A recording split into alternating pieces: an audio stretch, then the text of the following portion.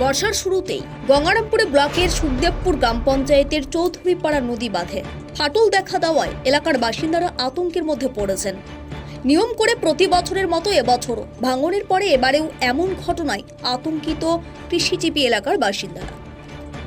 এই ঘটনায় পুনর্ভবা নদীর জল ঢুকে প্লাবিত হয়েছে সুখদেবপুর গ্রাম পঞ্চায়েত এলাকার দাসপাড়া, হোসেনপুরের 3টি গ্রাম, কাটাবন সহ আশপাশের গঙ্গারামপুর ব্লকের বাকি 4-5টি গ্রাম পঞ্চায়েতের বেশ কিছু গ্রাম। পাশাপাশি চাষের জমিতে ফসলের ক্ষতি হয়েছে বাসিন্দাদের বলেও তারা দাবি করেন। সামান্য বৃষ্টিতে এমন বাঁধে ফাটল ধরায় গত বছরের মতো এবছরও তৈরি হয়েছে বন্যার আশঙ্কাও এলাকাবাসীদের মধ্যে।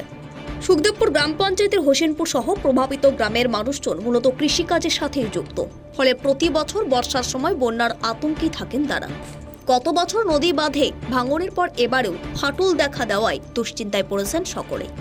বৃহস্পতিবার রাতে বাঁধের একপাশে সামান্য ফাটল দেখা দেয়, যা এদিন শুক্রবার সকাল হতেই বড় ভাঙনের মুখে পড়ে নদী বাঁধটি, যার পরেই বাসিন্দারা তা বন্ধ করার চেষ্টা শুরু করেন। নিজেরাই বস্তা, বাঁশ, গাছের ডাল সহ প্রভৃতি দিয়ে মেরামতির কাজ শুরু করেন।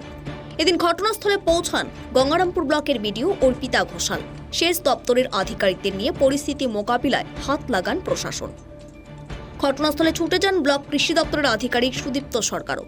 এই ঘটনায় কয়েক লক্ষ টাকার ফসলের ক্ষতির আশঙ্কা করেছেন বাসিন্দারা। এলাকাবাসী আনসার আলী, মোকলেশ্বর মিয়া, রাসেল চৌধুরী, মন্টু সোরেনরা জানিয়েছেন, বিশেষ করে বলছি আমাদের হোসেনপুর এলাকার 1 নং সুখদেবপুর জিপি টোটালটাই আমাদের যেভাবে আতঙ্কিত, আমরা প্রচণ্ডভাবে আতঙ্কিত। এই কারণে আতঙ্কিত যে আমরা প্রতি বছরে নেই, মানে এই বন্যাটা তো প্রতি বছরে হয়, গতবারও ভেঙে গেছে। আমি ব্যক্তিগতভাবে ইরিগেশন দপ্তরকে জানিয়েছি, বিডিও ম্যাডামকেও জানিয়েছি। বিডিও ম্যাডামও এসে দেখে গেছেন, আবার আজকে সকালবেলাও আমি বলছি ফোনে, বিডিও ম্যাডামও আসছেন।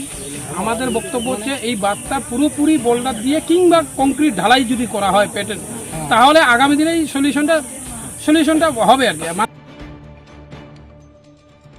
আমরা হলো হোসেনপুর চৌধুরীপাড়ার বাসিন্দা, বাট এখানে কী হয়েছিল, রাতের বেলা হালকা একটা ফুটো ছিল, কিন্তু মানুষ রাতে দৌড়াদৌড়ি করার পর থেকে এতটা বুঝতে পারেনি যে এটা হালকা একটা বন্যা, মানে এত কিছু, এটা বড়ো কিছু হবে। কিন্তু বাট সকালে দেখা গেল যে এটা গর্তটায় হালকা থেকে বড় হয়ে গেল। মানুষ তখন আতঙ্কের মধ্যে পড়ে গেল, মানে কোথায় কী হবে না হবে, কী করা যায় না ব্যবস্থা, জলটা বন্ধ করা কী ব্যবস্থা করা যায়। নদীর জল তো এমনি আটকানো সম্ভব নয়, কিন্তু কী করে কমানো যায় সেটা আমাদের দেখতে হবে। কিন্তু মানুষ চেষ্টা করলো, বহুত খাটাখাটি করলো, অনেকজন আসলো, গাছ টাছ কাটাকাটি করলো, চেষ্টা চলছে এখন।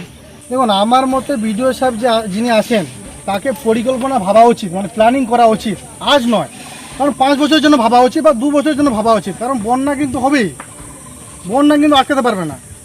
বর্ষাকাল আসবে, বন্যা হবে, যেহেতু নদী এলাকা বাড়ি আছে এখানে মানুষ। ইরিগেশন দপ্তরকে জানিয়েছেন? আমি মনে করি যে মনে হয় জানিয়েছে, যেহেতু বিডিও সাহেব আসছে, অনেক গভর্নমেন্টের লোক আসছে।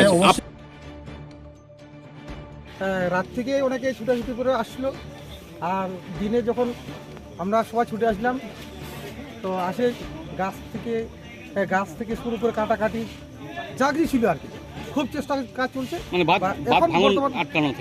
মানে সবাই চেষ্টা করছিলাম, আমিও ছিলাম, আমিও হাত দিয়েছিলাম একটু, যখন সবাই ছুটে আসলো, যাই হোক এখন পরিস্থিতি একটু উন্নত দিকে। মানে ভোরবেলা আমার এখানে ফোন যায় যে এখানে একটা ফুটো হয়েছে। তারপরে আমি কিন্তু বাইক নিয়ে চলে আসি, দেখতেছি ফুটো নয়, একবারে অনেকটা ধসে গেছে। ধসে যাওয়ার পরে জায়গাটা একদম আতঙ্ক, সেই এলাকার লোক, হাজার হাজার লোক এখানে আতঙ্ক একবারে। এর আগেও গতবারও ভেঙেছিল সামনে, এই ভাঙাতে তো আতঙ্ক আছে একটা, প্রতিবারে হচ্ছে। এইবার যে আতঙ্কটা দেখতেছি লোকজন, মানে বহুত এখানকার লোক আসে, গাছ টাছ কেটে টোলা দিয়ে কিছুটা জলটাকে আগড়ে ধরে। তারপরে বিডিও সাহেব আসলো, বিডিও সাহেব অনেকক্ষণ থেকে এখানে আছে, সকালে আসছে বিডিও সাহেব আসার পরে যাক এখানে ইরিগেশনের বাঁধের যে কন্ট্রাক্টর, ইনিও কিছু লোক পাঠিয়েছে। আমাদের যে এখানকার কোন গ্রাম এখন জলমগ্ন হতে চলেছে? এখানে হচ্ছে হোসেনপুর, 2 হোসেনপুর, আর এদিকে আছে বাঁশপাড়া। তারপর এখন কি জল ঢুকে গেছে? জল বাঁশপাড়ায় ঢুকেনি, 2 হোসেনপুর, 3 হোসেনপুর ঢুকে গেছে। গঙ্গারামপুর ব্লকের বিডিও অর্পিতা ঘোষাল জানিয়েছেন,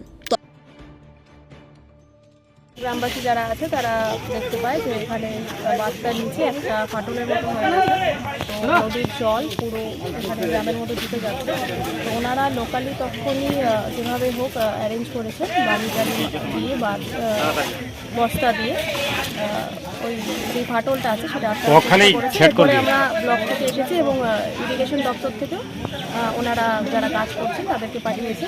তো আপাতত চেষ্টা করা হচ্ছে যে ফাটলটাকে কোনো মতো যাতে আটকানো যায়, যাতে জলটাকে মানে ওই গ্রামে যাতে বন্যা না হয় সেটাই আপাতত চেষ্টা করা হচ্ছে। এছাড়া ইরিগেশন থেকেও কিছু প্রকল্প নেওয়া হয়েছে এই জায়গাটার জন্য, কারণ গতবারও এখানে বন্যা হয়েছিল। তো দেখা যাক এরপরে যদি সেটা করা যায়। ঠিক আছে। দক্ষিণ দিনাজপুর থেকে সীমান্তের কথার বিশেষ রিপোর্ট।